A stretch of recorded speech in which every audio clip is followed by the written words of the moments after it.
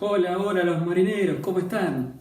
Mi nombre es Fernando Fabersán, el profe de náutica, y en esta oportunidad estamos preparando un video nuevo, interesante, un tema que seguramente les va a resultar atractivo de ver, y tiene que ver con la dirección, el compás de navegación a la brújula. Entonces, la primera pregunta, así media como sonsa, ¿es lo mismo un compás de navegación que una brújula? Bueno, seguramente después de pensarlo un minuto te me dicen, sí, bueno, uno marca el norte y el otro, los dos marcan, de hecho marcan el norte, marcan el sur, es lo mismo. Pero bueno, volviendo a lo nuestro, esto que yo les muestro acá, a ver si se ve, esto que yo les estoy mostrando acá, esto es una brújula. Las brújulas son instrumentos secos, tienen una carga magnética más pequeña y uno tiene que mantenerlo sumamente estable porque esa aguja que ustedes ven ahí, que es blanca y roja, a ver si les pongo un papel atrás para que se vea mejor. Esta aguja que es blanca y negra tiene un movimiento sumamente veloz. Así que si el instrumento no está estable y uno no lo maneja con cuidado, es imposible.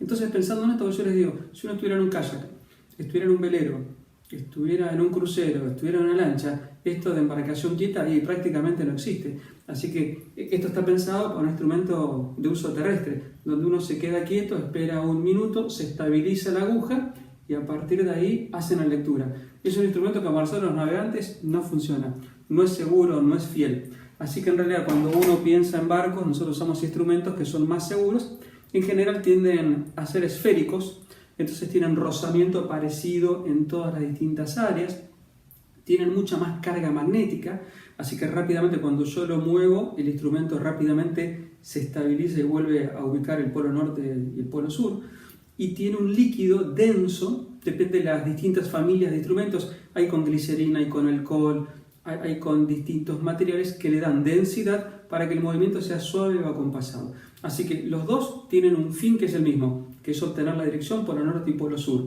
Los dos tienen carga magnética. Los náuticos son más eficientes, soportan movimientos, tienen más carga magnética, tienen un instrumento con líquido adentro y hace que los movimientos sean suaves y acompasados. Así que nosotros usamos compases, compás náutico como le decimos nosotros.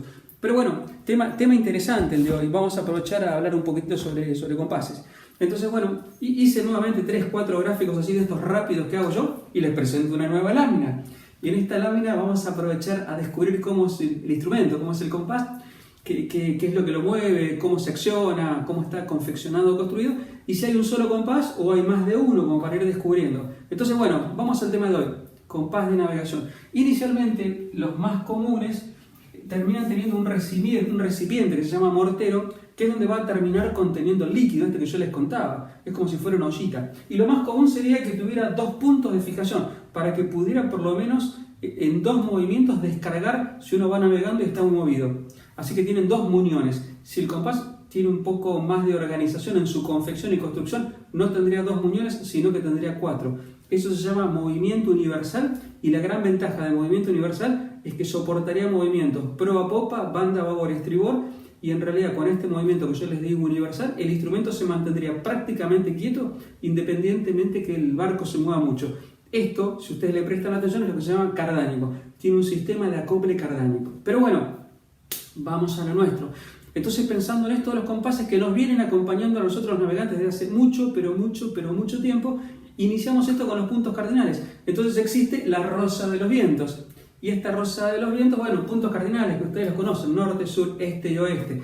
Y pensando en esto se podía dividir en porciones más pequeñas. Entonces yo vuelvo a pensar entre el norte y el este, punto intermedio, noreste, claro, ustedes se lo imaginaron. Y si pienso entre el este y el sur, sudeste, claro, qué grupo inteligente, me sorprenden momento a momento. Pero yo podría volver a dividirlos en porciones más pequeñas. A medida que lo van reduciendo en porciones más pequeñas, eso en náutica es lo que se llama cuarteo de la rosa, que es lo que yo les presento acá. Entonces, como ustedes ven, está dividido en porciones más pequeñas, siempre se vuelve a repetir el cuadrante más cercano. Entonces podría ser noreste, quiere decir que está más cerca del norte y ligeramente desplazó hacia él. Y así los capitanes trabajaban sobre las cartas, hacían un montón de dibujos y después de terminar todos estos dibujos se los pasaban al primer oficial, el primer oficial pegaba un grito, lo pasaba a cubierta, desde cubierta lo tomaba otra persona, se lo pasaba al marinero y el marinero llegaba al timonel. Este timonel estaba con un instrumento en el medio, grandote, para hacer la lectura, y como ustedes vieron en las películas, tratando de timonear y llevar el barco. Bueno, todo esto que yo les cuento es muy parecido a cuando de chicos jugaban al teléfono descompuesto, donde el valor que se trazaba en carta, después de mucho esfuerzo, uno lo pasaba una vez, lo pasaba dos, lo pasaba tres, lo pasaba 4 veces o 5 hasta que llegaba el timonel. Hubo un montón de accidentes y errores porque con que le agregaran una letra más o una letra menos ya teníamos 12 o 20 grados de error. Así que el sistema de cuarteo de la rosa es pintoresco, es lindo. Ustedes habrán visto que hay platos para los barcos para comer con el dibujo de la rosa. Hay remeras.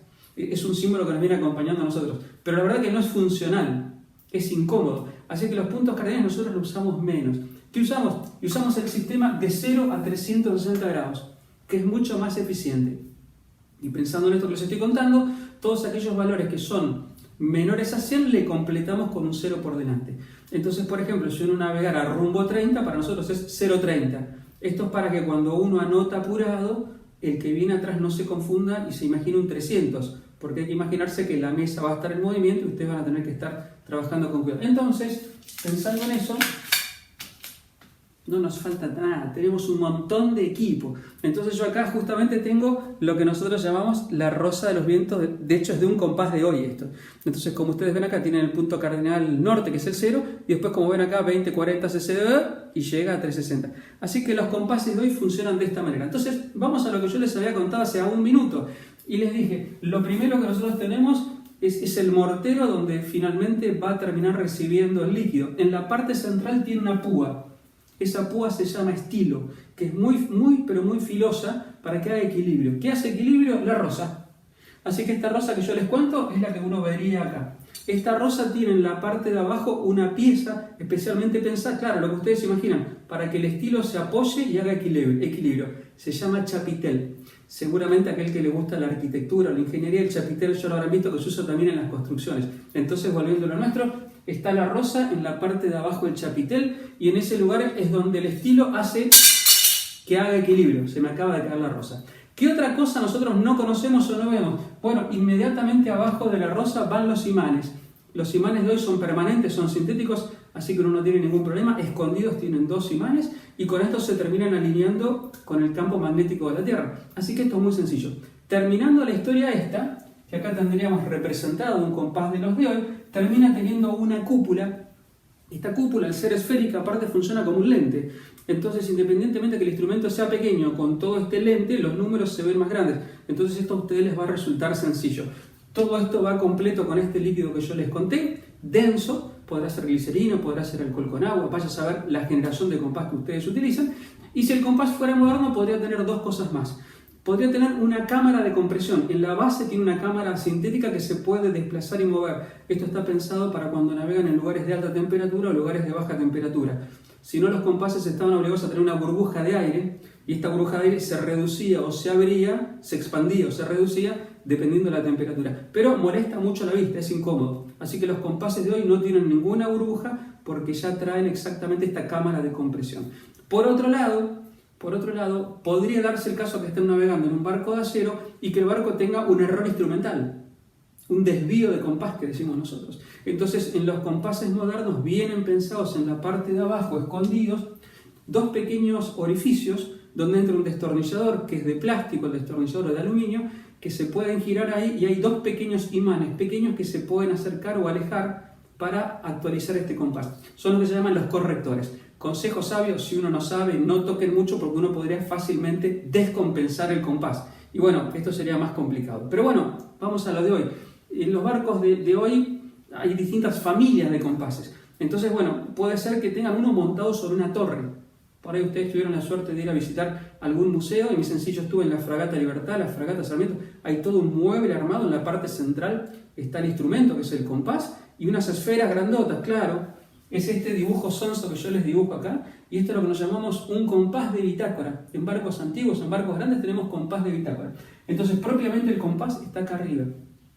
Las 2 esferas que tienen a los lados, que se pueden desplazar, se corren para un lado y para el otro, son justamente compensadores de compás. Y acá en la parte central llevan unas barras de imán también para ayudar. Para barcos de mucho porte se usaba eso. Pero bueno, vamos a los barcos nuestros, que seguramente son los que uno utilizaría. Uno podría tener un compás directamente montado sobre cubierta. Así que en algún lugar de la cubierta del barco, atornillado, tienen un compás y ustedes tendrían lectura directa. Otra opción sería que en un mamparo del barco lo tengan montado. Esto es muy común. Un compás montado en mamparo lo verían de esta manera.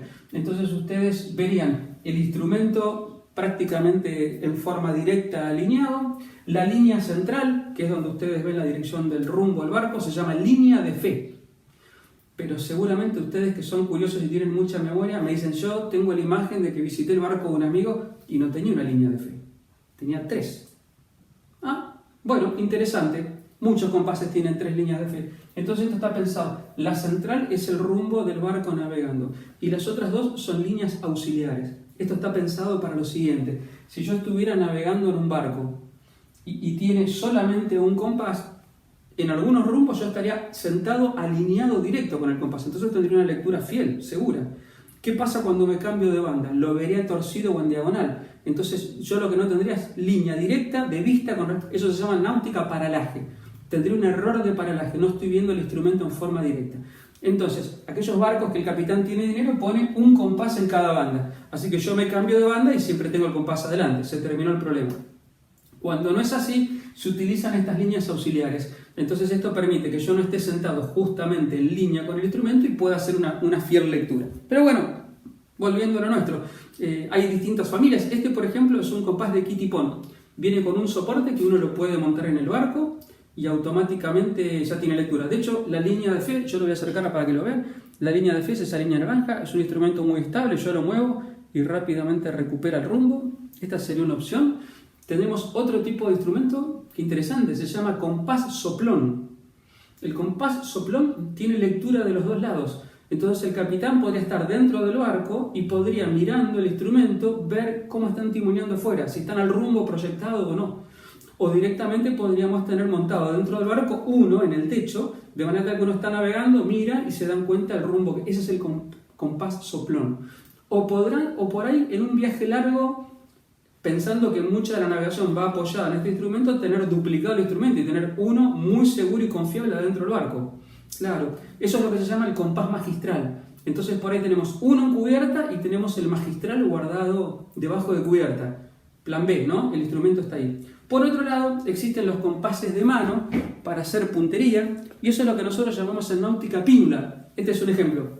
Esta es una pínula. Así que tenemos acá un compás de 0 a 360 grados y a ver si yo lo muevo y lo ven bien. Y tiene 2 guías, así que yo podría hacer puntería con esto para tomar referencias. En breve vamos a empezar a usar este tipo de compás. Lo van a ver con 2 o 3 nombres diferentes. Lo van a ver como compás portátil, compás de marcaciones o pínula. Y existe la generación más moderna de todas, que es esta, que es una pínula electrónica. Sigue siendo magnética, pero tiene una parte electrónica. Entonces yo podría agarrar, alinear una guía de referencia que tiene en la parte superior con una inferior, y cuando yo ya tengo alineado el punto, aprieto la parte central y a partir de ahí obtengo la marcación. Así que yo me pondría de esta manera, aprieto el botón y capturo el dato.